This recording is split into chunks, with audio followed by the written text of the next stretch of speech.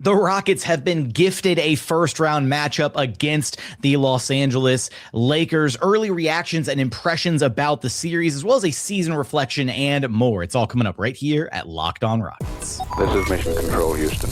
Ignition sequence start. 6, 5, 4, 3, 2, 1.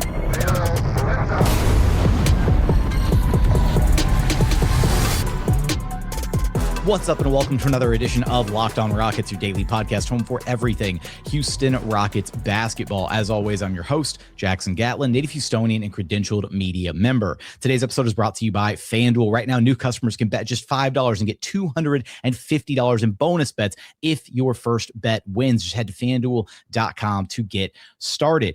On today's show, we will be doing a little bit of a season reflection, taking a look back at the entire body of work of this now 52-30 Rockets team, matching last year's record despite so much of the adversity, the injuries, the ups and downs, the tumultuous play, matching last year's 52-30 record in large part thanks to that man, Kevin Durant.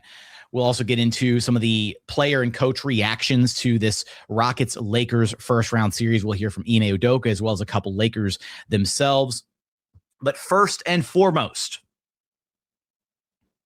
it's a Rockets-Lakers first-round series, the first playoff series between the Rockets and Lakers since, oh man, how long has it been?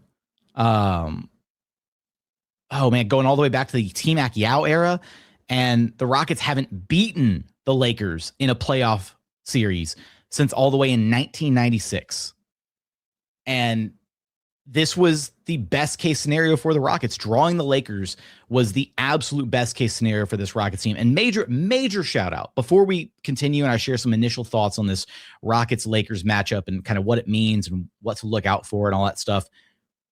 Shout out to the Denver Nuggets. The Rockets needed one of two things to happen for this to be the outcome in the first round of the playoffs. And they either needed a Nuggets win or a Lakers loss. Lakers beat the doors off the Jazz.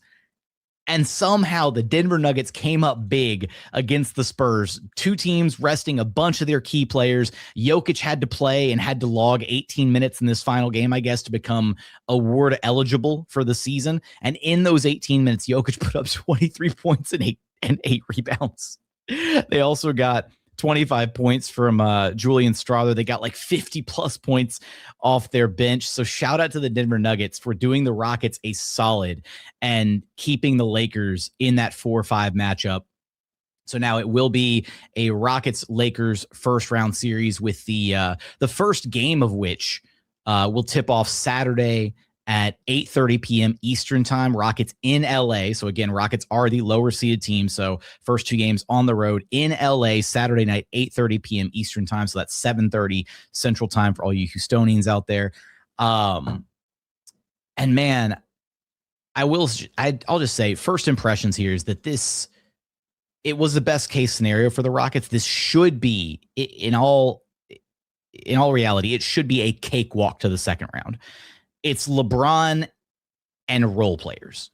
Like, that's it. This Lakers team was already flawed, even with a healthy Luka and a healthy Austin Reeves. They really have struggled at times to put forth any semblance of a consistent defense. And they've won a lot of games just based off the pure talent of their top three, right? With LeBron kind of settling into that third banana role.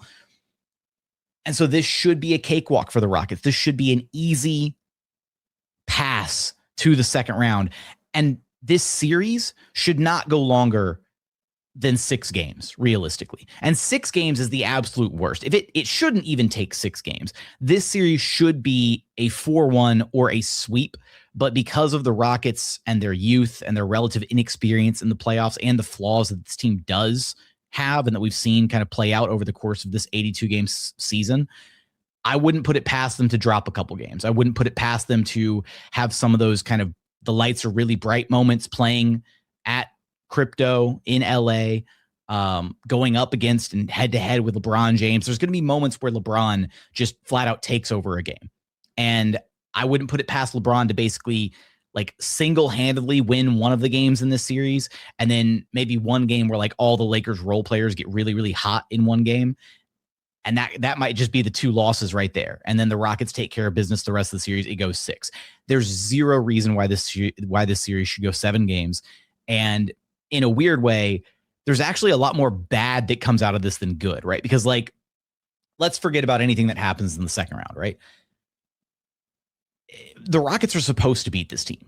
This would be the one team that the Rockets are like favored against in the playoffs, which is kind of a double-edged sword, because if they somehow screw this up and lose, that's going to look really, really bad on this team and this organization. So let's not, let's not even think about those thoughts right now. Let's focus in on what we know and kind of the early impressions and everything. And my one big worry here, even though the Rockets, from all the on the court stuff, you look at the players, the roster health, the availability of guys, you can't even go back and look at what they did during the regular season because there's no Luka and no Reeves, right? So you can't really go back and look at how the Lakers played in those regular season matchups because everything is going to feel so drastically different. The one takeaway you can have is that the defensive approach to Kevin Durant is likely going to stay the same, if not become even more aggressive, because that's one benefit is by not having Luka and Reeves out there, the Lakers are going to be forced to play some of their better, more versatile defensive pieces, right, in order to try to win these games.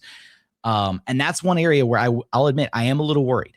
I am a little worried about watching JJ Redick potentially outcoach Ime Udoka in a playoff series.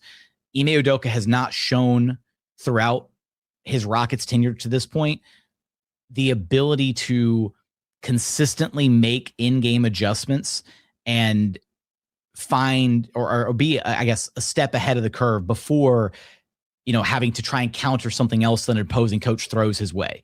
Ime Udoka has a really good first punch, it feels like, right? That first punch, whether it's a defensive, scheme to start a game or a plan on offense of how he wants to attack, playing through a certain player or whatever, generally feels pretty good. But it's when that first punch gets countered, what does he have, right? How does he move past that? There were a couple games. One of those first, I think it was that first Lakers matchup late in the season back in March, where it just felt like JJ Redick pulled a couple things out of his bag, made some adjustments over the course of the game, and it really felt like Ime Udoka got thoroughly outcoached by JJ Redick. And I believe, if memory serves, I think it happened once last season as well in a head-to-head like Rockets-Lakers matchup where JJ Redick just felt like he got the better of Ime Udoka. And so that's one area where, even though on paper this Rockets team should be overwhelming favorites in this series, it's really hard to count out LeBron James in any capacity. It's really hard to count out JJ Redick, who has shown time and time again to be a really creative, innovative head coach. And I wouldn't put it past JJ Redick and LeBron James to be able to scheme something up that makes the Rockets' life absolutely hell for a team that unfortunately hasn't been able to consistently execute in close games. This still is a little bit of a worry, right? So those are some initial impressions on drawing this matchup. Coming up, we're going to hear from a couple Lakers players. We'll hear from Ime Udoka himself on thoughts on this Rockets-Lakers series, as well as reflecting on the season as a whole. We're going to get there in just one moment. First, today's episode is brought to you by Game Time. There's nothing like being in an NBA arena. The crowd, the energy, the moment. Getting tickets, though, that part hasn't always been so simple. That's why Game Time has become the go-to app for scoring tickets fast without the hassle. Puts the advantage back where it belongs with the fans. You can pull out the Game Time app and have tickets within minutes. Seeing the all-in price is my favorite part of using Game Time, because the price you see is the price you're going to pay at the end. They don't hit you with like the service charges or the digital handling fees or any of that stuff, right? It's great. There's full transparency with the pricing. They've got great zone deals, last minute ticket deals, all sorts of offers to take advantage of. So take the guesswork out of buying your NBA tickets with Game Time. Download the Game Time app, create an account, use code LOCKEDON for $20 off your first purchase. That's code LOCKEDON for $20 off. Download the Game Time app today. And remember, it's gametime.co, not .com. And continuing on here at Locked On Rockets, your daily podcast home for everything Houston Rockets basketball. Be sure to check out our Everydayer Club, where you can get ad-free episodes of this show and chat with other Rockets fans in our member-only Discord. Check out the link in the episode description to learn more. And you know what we're going to do? Let's go ahead and do this. Release the hounds. Go do me a favor. And you're not going to the Grizzlies. We'll talk about that game in like for like 30 seconds later. Do a drive by the Locked On Lakers YouTube channel. Find their post-game reaction clip. Find their thing where they're reacting to this Rockets-Lakers first-round series. And go release the hounds. Tell them we said what's up. Show them how we do it over here. Let's go ahead and hear from Rockets head coach Ime Udoka as he reflects on the season a little bit, as well as his expectations for this Rockets-Lakers matchup here in the first round. Just as you reflect on the regular season, which of course is now complete, how would you assess these 82 games, and what are you looking for from your team heading into the playoffs? Some ups and downs, some growing pains at times, and some inconsistency. But when you can win 52 with some injuries and some first times for guys, I think it's not to our expectation of what we wanted to do, and I'd say seeding and all that, but seeing growth and toward the end of the season, playing some of our best basketball outside of, a few spurts here and there. And that's what you want to see: consistency, health, and good basketball going into the playoffs. And so, we know we've had ups and downs and let quite a few games slide. Could be obviously better than 52, but with all things considered and how we're playing and how we're feeling right now, we'll take it. Your opponent will be the Los Angeles Lakers. What are your initial thoughts about the matchup? Yeah, we starting with tonight, or like I said, even 15 games ago, we really wanted to focus on ourselves and, playing the right way regardless of that. Obviously, the seedings and how close it is, too tough to do anything or try to pick an opponent. But for us, obviously, it's fresh that we lost 2 games to them recently, and then kind of flipped the switch since then. Had a really good game against them on Christmas, and obviously know they're injured, but, quality players across the board. You saw that with Minnesota that had guys out or whatever the case may be. It's still the NBA, and they have some really great players there, and so we'll have our hands full. You talked about those 2 recent games you played against LA. The double teams on Kevin were a big factor in those games. How much better do you feel like you guys are equipped to handle those now than you were in March? Yeah, I think we're better, and getting our spacing and not turning the ball over. That's where the majority of the problems came from, was not even completing the pass out of them. But even before then, we had seen it quite a few times, and the numbers show we're really good against a double team, but it really hurt us in the fourth quarter at times. And so it seems like it goes with it. If we pick it apart early, teams don't do it as much. But when they have success with it, they do it more in the fourth. And that was a big part, was the turnovers there, or not making the right reads out of that. And, we've been up and down at times this year, but had enough practice and seen enough that it'll be something that we know we'll see again. Were y'all watching the end of that San Antonio-Denver game in the locker room post-game? Yes. And was your staff kind of preparing for both situations? Were you not going to dive into prep until it was settled? How did that work, I guess? Well, obviously, bless you. Obviously, we know both opponents pretty well, and played against them and had some ups and downs with both, but some good things as well. And so we had prepped for both. But as a coaching staff, we'll give the guys a few days off here to rest up and recover, and we'll dive into LA tomorrow. There you have it. Some thoughts from Ime Udoka, both on the season as well as the looming matchup with LA. And I will say, one aside from this final day of this NBA regular season, I don't know what the final tally wound up being, but I saw somebody in passing on social media saying that there were 159 registered DNPs for the final day of action in the NBA. 159. That didn't count all the players that were like questionable, doubtful. Like these were just like players listed as straight up out for the final day of basketball, which is just kind of absurd that that's what it's boiled down to, where like with all the seeding locked in and so many teams not really playing for anything. And meanwhile, you have the Rockets just running up the score on the Grizzlies. Some fun moments from that game. Shout out to Clint Capela for knocking down his first career 3-pointer. Reed Shepherd with a fun little transition slam. A bunch of different guys scoring double figures. Rockets just completely ran the table on the Grizzlies in this final game of the regular season. Grizzlies did not look like they wanted to be out there. It was a fun little parting gift for the fans at Toyota Center, even though none of the big four, if you will, played with no KD, Şengün, Ime, or Jabari in that one. Let's also hear from a couple Lakers players here. First up, we've got Deandre Ayton, who was a little shocked at the news that he'd be playing the Houston Rockets. How do you know this? How do I know? Yeah. The league announced it. Explain. I didn't get a chance to do that. Let me get a chance to go look at it, man. You surprised? Wasn't a surprise, bro. Surprise. Just blew it up. Hey, go ahead. Just ruined the damn surprise. I wanted to see who I got in the playoffs, and he just go ahead and spilled the tea. You know he got there in the playoffs? No, I don't. Oh, you want to know? No. No. I would like to look at my phone. Look at your phone. And when I'm done with this, I like to look at my phone and see who I got. I'll be honest, I don't know why Ayton had to catch such an attitude. Like, it's especially because before reporters are allowed back in the locker room, the players have tons of time to like be on their phones and do whatever they want to do, check standings, check scores, go Google Gaga over in their own box score if you want to, because there's a lot of time that elapses after a game. Like, you do the game, then you do post game with the head coach first, and then it takes a minute for the locker rooms to like open up, unless they do things completely different in LA or was it LA? Did they play on the road in Utah? I don't know. Either way, no, it was Jazz at LA. So that was in LA. Yeah, I don't know. I don't know why Ayton had to catch such an attitude. Here's Marcus Smart. What's it like facing KD in the playoffs? Brutal. Brutal, man. You had him a few times, right? It's brutal. I mean, the dude, you know, is one of the greatest to play this game, and he moves like a guard with a big man body, and it's hard. It's definitely tough, and he's going to make it tough for us, and we're going to make it tough for him. Thanks, Marcus. Appreciate it. Thank you, guys. Thank you.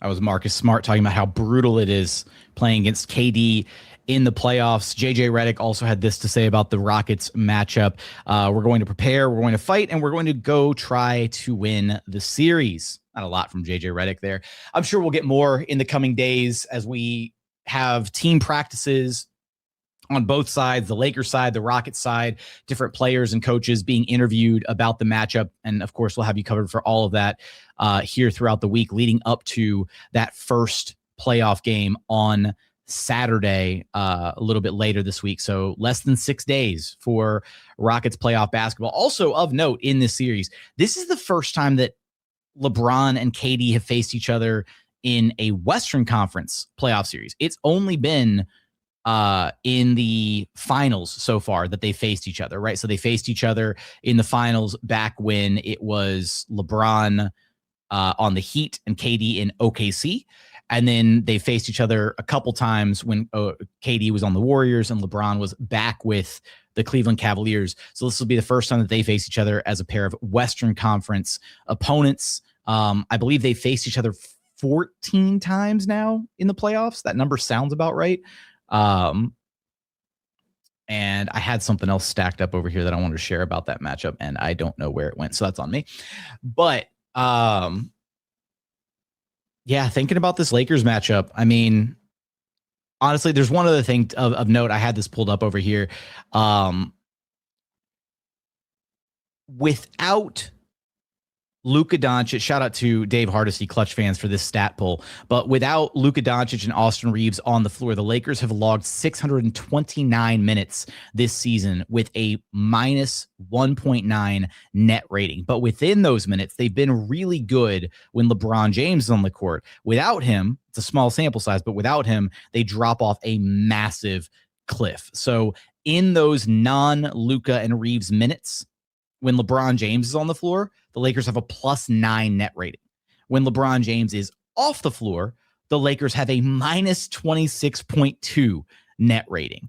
And that's probably going to be the story of the series, is LeBron's going to have to be forced to play 38, 40 plus minutes a night. And the Lakers are probably going to look decent when LeBron is on the floor.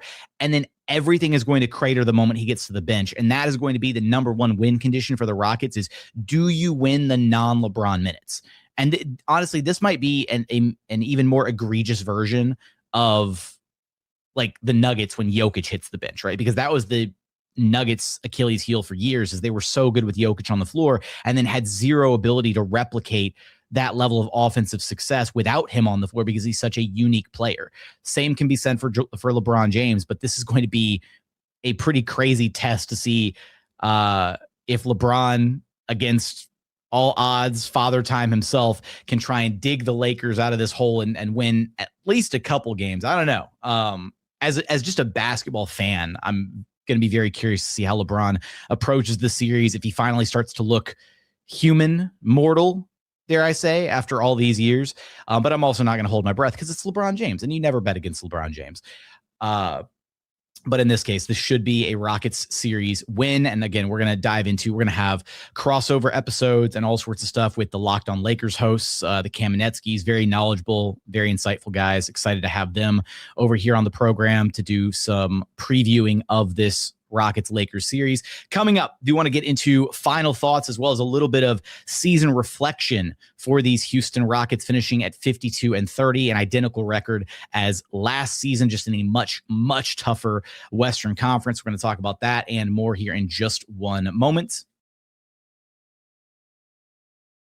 First, today's episode is brought to you by FanDuel. The NBA playoffs are here, where every possession matters, every matchup is magnified, and every game can swing a series. And right now, FanDuel is giving new customers a great way to get in on the action. You can bet just $5 and get $250 in bonus bets if your first bet wins. The app makes it so easy to follow the action with player stats, trends, and matchups all in one place. It just makes the entire playoff experience more engaging from start to finish. Right now, you can head over to FanDuel.com, where the Houston Rockets are actually have the third best odds to advance to the Western Conference semifinals.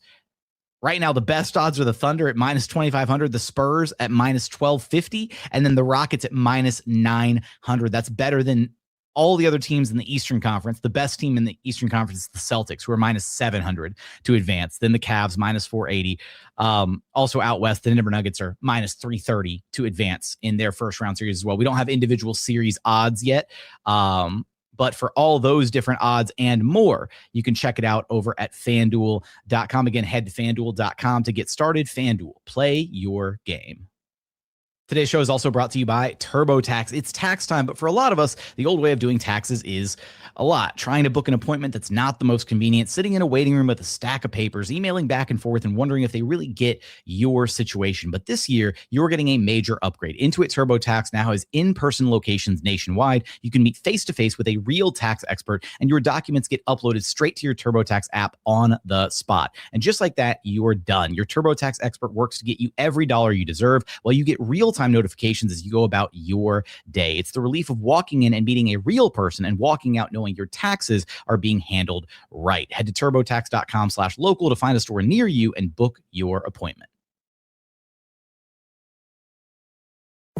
And final segment here at Locked On Rockets, your daily podcast home for everything Houston Rockets basketball, part of the Locked On Podcast Network, your team every day. Now, the #1 sports podcast network. Now, I want to take a little bit of time here to just reflect briefly on the regular season, and we'll probably do this again, kind of a fully collective like reflection on the season and the playoffs once we get there. But this Rockets team kind of going through it this season. The season definitely had its ups and downs. There were definitely a lot more expectations placed on the season. And it's funny because it makes me think back to an early reply that KD had to a Suns fan who was basically like saying, thanks for the trade. Like, you're the best. Like, this season's going to be so much fun, like with the early vibes in Phoenix. And he was basically like, and KD replied, and I'm paraphrasing here, but it was something like, no expectations equals better vibes or something like that. And I do think that really rang true for the Rockets this season, right? Last year, the Rockets had no expectations, right? They were a young, plucky team. They just came off a 41-41 season. They barely missed the play-in. They had high hopes for last year, but I don't think nobody, myself included, expected them to finish as the 2 seed, right? They certainly probably overachieved relative to expectations coming into the year. And so then based on those expectations, finishing as the 2 seed, and this offseason adding Kevin Durant, right? That's where those expectations come in. You add a future Hall of Famer, right? A guy of Kevin Durant's magnitude to any organization. Suddenly, those expectations shift drastically. And I think that's exactly what happened for the Rockets. And I think it was really hard to deal with those shifting expectations, as well as the adversity that this team faced before the season even started, with the Fred VanVleet injury, losing Steven Adams along the way, losing Tari Eason for chunks of the season. DFS never really, DFS starting the season late, and then also never really, being able to turn the corner and get back to playing like how the Rockets expected him to be able to play as one of their marquee offseason acquisitions. And despite all that, they still managed to finish 52-30. They still managed to finish with an identical record as last year. And I know I already kind of echoed the sentiment, but right, with Kevin Durant added to the mix, right, offsetting the losses of Jalen Green and Dylan Brooks and Fred VanVleet and Steven Adams, like, it's kind of absurd. And I know that, like, it's not just Kevin Durant, right? Like, obviously they added Clint Capela. They brought in Josh Okogie. You got more contributions and bigger roles, right? More usage from a bunch of guys across the board, right? Sengun, a bigger role. And Thompson, a bigger role. Jabari Smith Jr., a bigger role. Like, but I do think it really speaks volumes about the overall success of the Kevin Durant trade, right? The fact that in years past, the Rockets have really struggled when Fred VanVleet has been injured, right? Like, that was, I mean, Fred VanVleet was basically the training wheels for this Rockets team for years, right? He was brought in to help run the offense and teach the young guys how to play. That first year under Ime Udoka, the Rockets were 3-6 without Fred VanVleet. Second year, they were 11-11 without Fred VanVleet. So 500 basketball. This season, no Fred VanVleet the entire year, 52-30. And so that shows steady improvement and less reliance on Fred. I know that there were a lot of games this season where we all wish that Fred had been out there to help with the issues, the turnover woes at the end and all that stuff. But man, like, this team has shown a ton of growth. And while it might not have always looked the way that we wanted it to look at times, I think that we can safely say that everybody, like, I think across the board, like, the young guys got better, right? Sengun got better throughout this season, is back to playing like a borderline all-NBA caliber talent. Thompson certainly got plenty of opportunity as the lead guard and eventually kind of, saddled back with his role, more so playing off ball out of the dunker spot, but just also kind of being that dynamic secondary creator, right? Not putting so much onus on him to be the only guy walking the ball up, initiating offense, that kind of stuff. We've seen Reed Shepherd take a massive jump in his career, right? Starting games. The Rockets have a fantastic starting record with him out there in the lineup. A lot of good stuff that has been learned about him, and some serious optimism about his future. Maybe it's just, well, the Reed stuff is kind of funky, and we'll talk about that in a later episode. In a good way though, like, it's funky in a good way, and I'll leave it at that. And honestly, like, just I think that at times it was really hard to maybe shift our expectations for this Rockets team, given the injuries that they did sustain, given what they were trying to accomplish. And while there's still plenty of gripes to be had with this team, plenty of criticism to go around with this team at times, with how they handle certain things, how the coaching staff decides to handle certain lineup decisions or what have you, maybe some of the inherent favoritism between players or what, any of that stuff, right? There are a lot of bones to pick with this Rockets team, but at the end of the day, in what has been an absolutely brutal Western Conference with what feels like two kind of juggernaut teams at the head of the pack between the Thunder and the Spurs kind of coming out of nowhere, right? Like, taking the entire West by surprise this season. Denver kind of rounding back into form a little bit this year. LA still playing like, a top 4, top 5 Western Conference team up until the moment that Luka and Reeves went down at the very end. Like, at the end of the day, the Rockets still had a pretty solid amount of success. Any season where you notch 50 or more wins is definitely a successful season, even though the process at times felt a little funky, felt a little off, felt frustrating, even though there were some really disappointing losses along the way and some meltdowns and breakdowns. This Rockets team managed to get to 52 wins, and they deserve all the credit in the world for achieving that feat. And I think it does inspire some confidence about, if you could just get this team and run this team back next season with a healthy Fred, with a healthy Steven Adams, with minor tweaks in the offseason, there should be a lot of confidence that this squad next season, if you just run it back the exact same and you get all the same elements and everybody's another year older, all the young guys are another year older, I don't see why this team couldn't be pushing for at a minimum like 55, probably even 60 wins next season. They probably would have pushed for 60 wins this season if they had a healthy Fred and a healthy Steve-O, being completely honest here. And that's not even factoring in DFS being pretty much useless for most of the year. And I think at the core of all of that, right, is Kevin Durant. Dude played 78 games during this season with the Rockets. He logged a total of 2,840 minutes, 2,840 minutes. And those are the most minutes that he's played since his MVP season in 2014. And he only sat out one game due to injury. Had a couple games gone due to the personal reasons earlier in the season.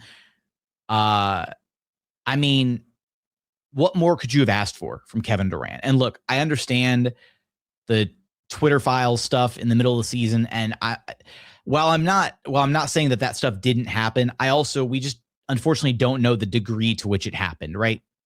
You know, how much of that stuff was faked, how much of it was real, all that. All that matters is that it seems like the team has been able to move on past it, right? Whatever happened there, the guys are all still pulling for each other. The vibes ever since that epic, historic overtime collapse against the T-Wolves have been restored. They had their team meeting. They hashed out what they needed to hash out. And now this team is approaching their first playoff series, right? This is the first playoff series in the Kevin Durant era of Houston Rockets basketball. And it's going to be an exciting thing. It's going to be an exciting thing to see unfold. And even more exciting is because, I mean, let's face it again, Rockets Lakers, it should be an easy win for the Rockets. And I'm sure as we unpack this and preview this series, we're going to get into a lot of the nitty gritty and some of the areas in which the Lakers can really make life hell for the Rockets, despite not having Luka or Reeves out there. And in some weird ways that might actually make things easier on the Lakers defensively, right? To find some new ways to really slow the Rockets down on that end.